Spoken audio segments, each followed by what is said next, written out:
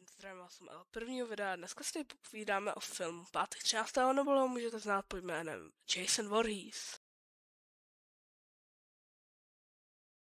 Těchto filmů je tady dohromady 12. Začínáme s prvním dílem, kde nezabíjel Jason, ale jeho matka, která později byla zabita.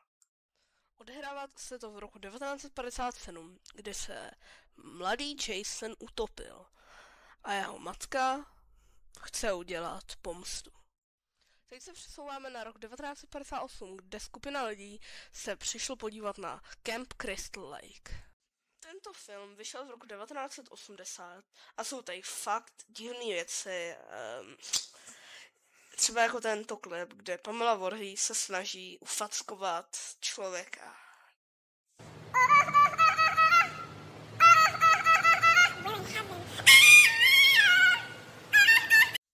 A polovinu tohohle filmu nemůžete vidět Pamely Voorhees tělo, když zabíjí. Tento film skončí tím, že Alyssa Hardy usekne hlavu Pamely Voorhees.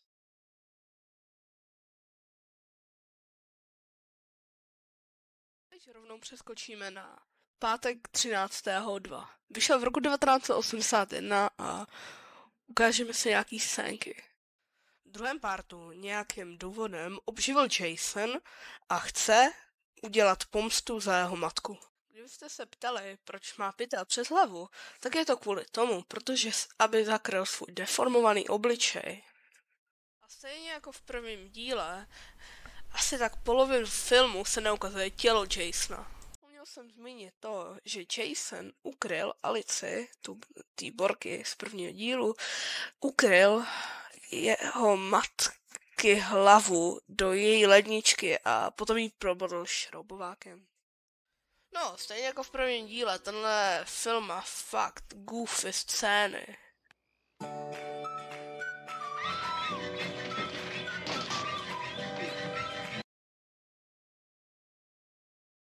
A tento film skončí, že Jenny Field ovládne Jasona svetrem jeho matky, ale Jason bohužel uvidí to, že jeho prostě jeho hlava matky je přesně za ní a potom borec s tím prostě dá kleško a ta borka ze zadu prostě bodne tou mačetou.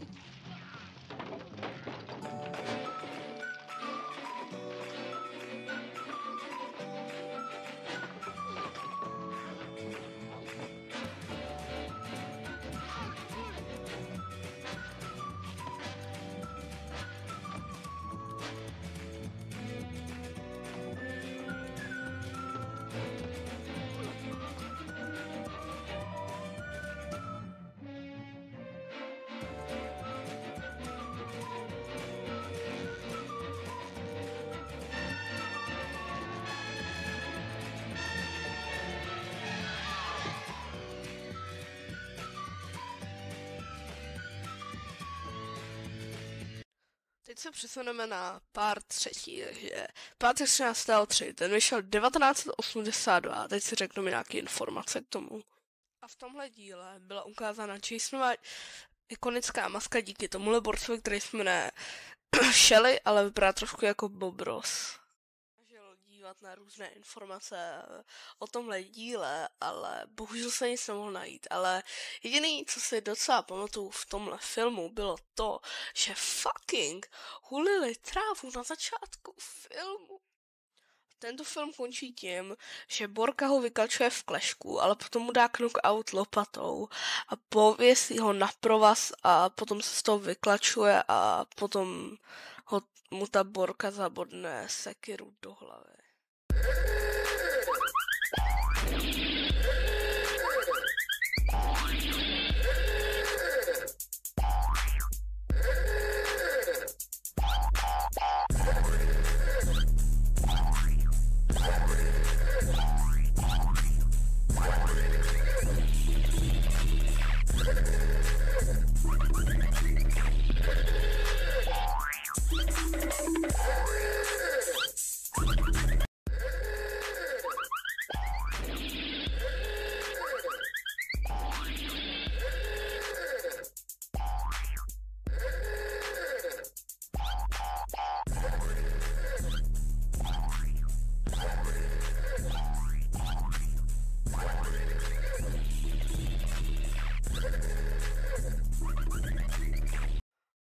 konečně teďko začneme s píkem, což znamená pátek 13.4.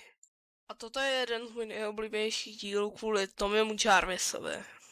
A jenom tady dám menší fun fact, že v tenhle díl měl být poslední, ale nakonec nebyl kvůli tomu, že tady ten díl úplně vybuchl a bylo z něj hodně peněz a hodně popularity. Jason znova byl považován za mrtvého, ale neočekávaně, že ho ožil. A tak to končí film. Končí to tím, že mladý Tommy si ostříhal vlasy jako mladý Jason, aby ho mátl a jeho ségra mohla zaútočit.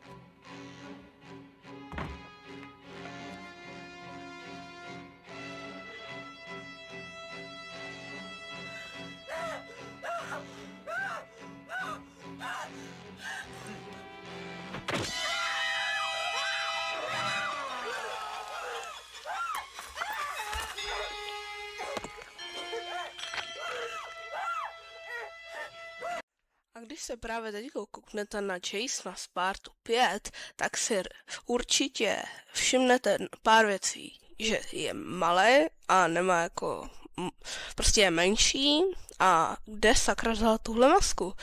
A na to mám teď vysvětlení. A to je to, že když byli v tom kempu, tak mu umřel syn na jednoho borce tam, který ho budu zmiňovat, a vlastně on ztratil svůj mysl a potom si nasadil tu masku a začal zabíjet. A vlastně to syna zabil jenom kvůli tomu, že se mu snažil nabídnout čokoládu.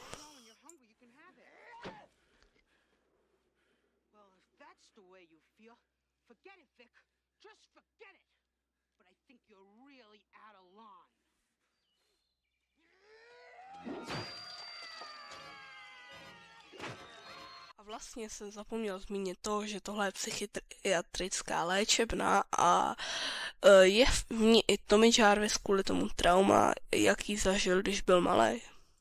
A tento film skončí takhle.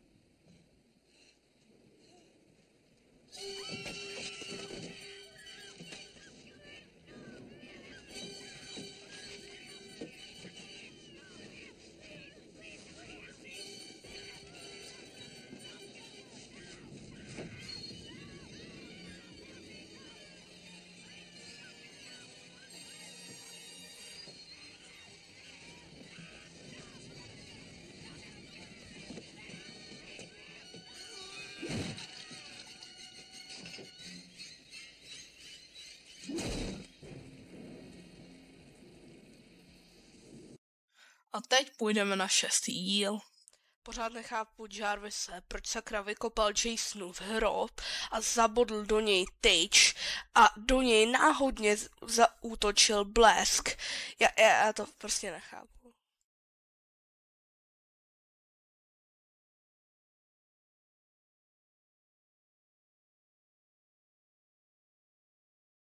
A jenom menší fun fact, že v tomhle díle se měl Tommy Jarvis stát Jasonem, ale to se zrušilo kvůli tomu, že to chtělo málo diváků.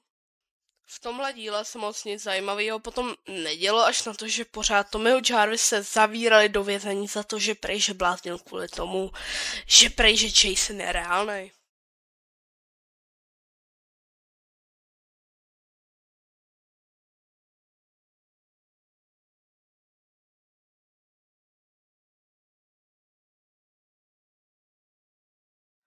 A tak to končí film.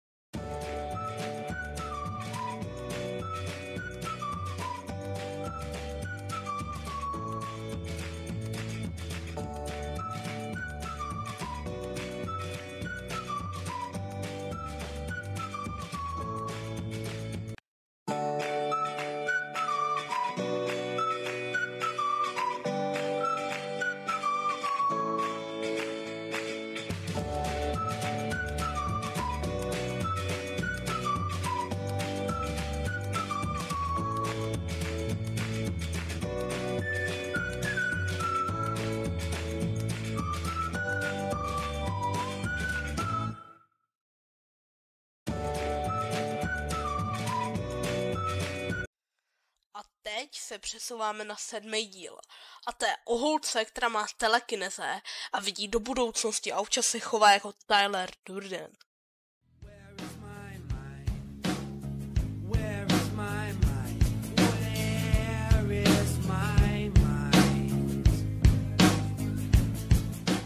Tyhle borky táta umřel kvůli ní, protože jen tak vyvolala, že Jasona, který vyvolal zemětřesení 3. stupně a zabila prostě svýho tátu tím, že vyvolala Jasona z vody. Gratuluju.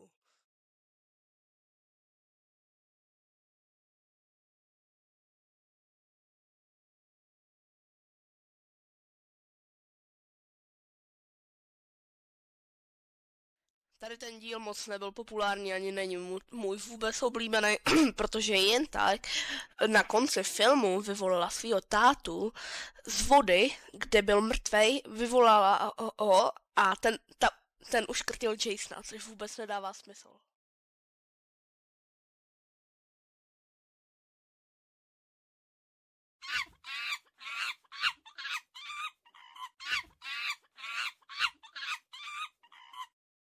A teď se rovnou můžeme přesunout na 8. díl.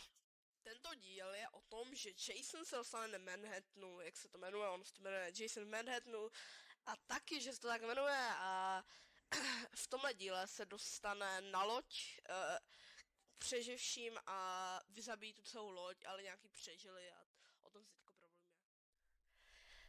Potom Jason vyzabíjel celou loď skoro a potom ji ještě zapálil a schořela úplně celá.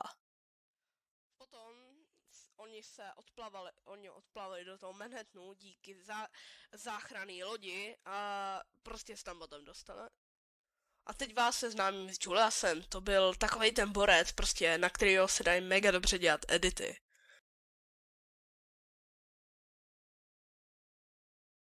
A na to, že Julius umřel, tak bojoval jako prémový Mike Tyson. At first I was afraid, I was petrified, kept thinking I could never live without you by my side. But then I spent so many nights thinking how you did me wrong, and I grew strong, and I learned how to get along, and so you're back from outer space. I just walked in to find you here with that sad look upon your face. I should have changed that stupid lock, I should have made you leave your key.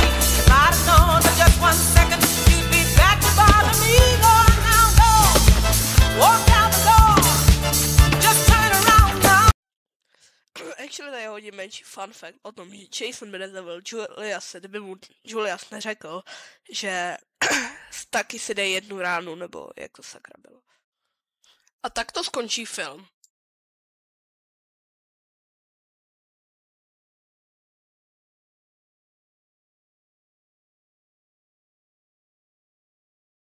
A teď se vrhneme na 9. díl, který se jmenuje Jason jde do pekla.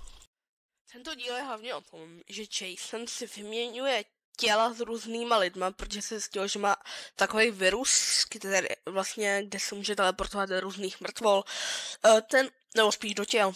Tenhle film jsem moc nepochopil a taky se moc nedá snadno sehnat, abyste se na ně koukli. A já jsem teda moc nepochopil, se díval přesně na ten film, já jsem díval jenom na trošku toho filmu a vlastně, no, prostě jsem to pochopil tak, že tam byl nějaký virus a prostě Jason se mohl portovat do těl. Ale actually tady umřel 2krát, takže prvně ukážu ten první klip a potom ten druhý.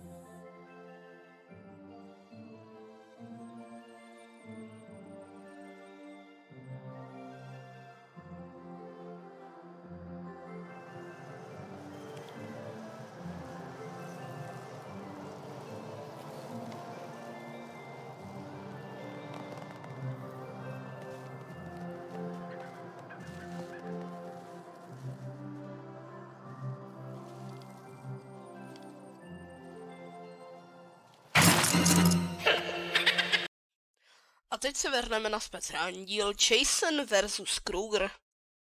Sice minulý díl se jmenoval Jason v pekle, ale tady Krueger ho osvobodil z pekla tím, že mu udělal sen, že ho vidí jeho matka a Jason si toho všiml a tohoto vrátil zpátky do reality. Nevím sice jak, ale vrátil ho to.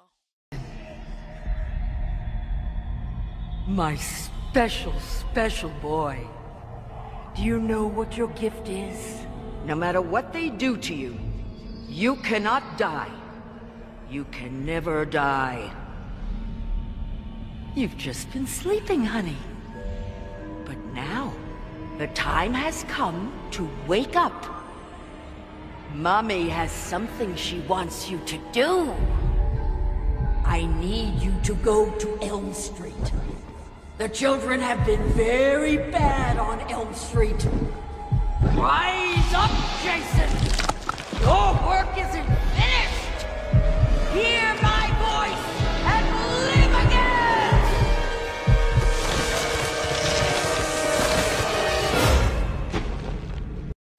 A potom je tady ještě hodně moc fightů, ale ty jsem všechny nenarvu, tak sem hodím ten finální.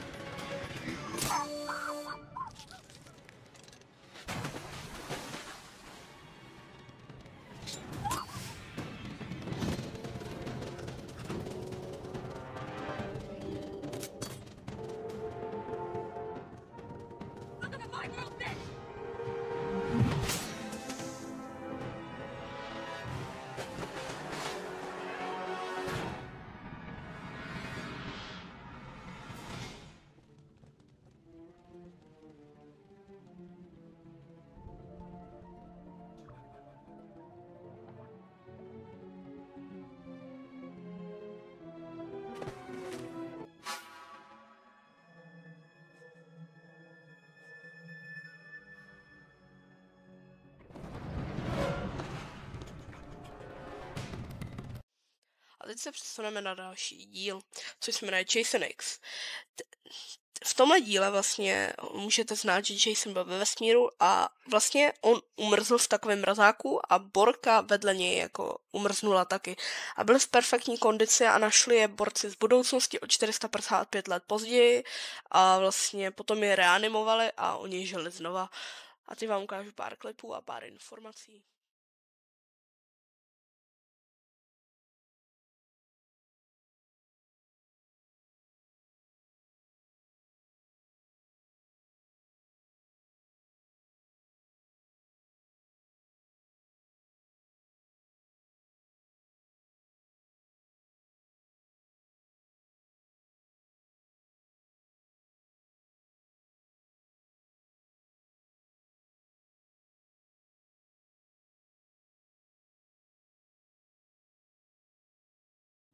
Já tady nechápu jednu věc. Oni hrajou hru a když tam přijde Jason a jako třeba jako do něj řízne nebo něco, nebo ho rozseká, tak on pořád žije, ale když vypnou tu hru, tak se to nestane. Jenom nechápu, proč Jason počítá jako to monstrum, ale...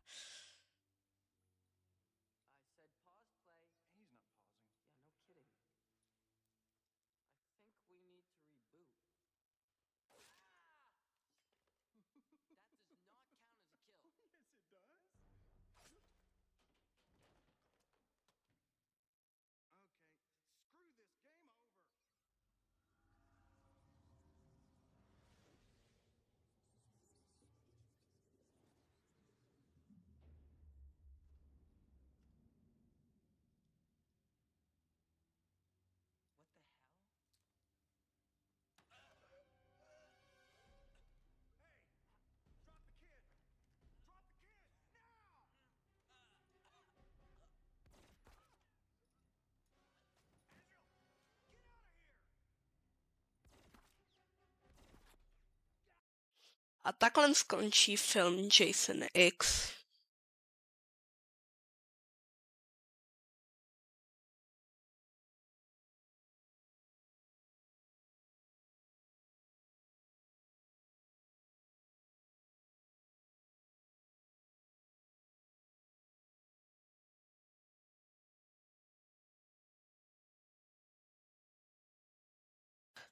A ok, lidi, tohle by mělo být všechno. Děkuju vám, pokud jste to dokoukali až sem.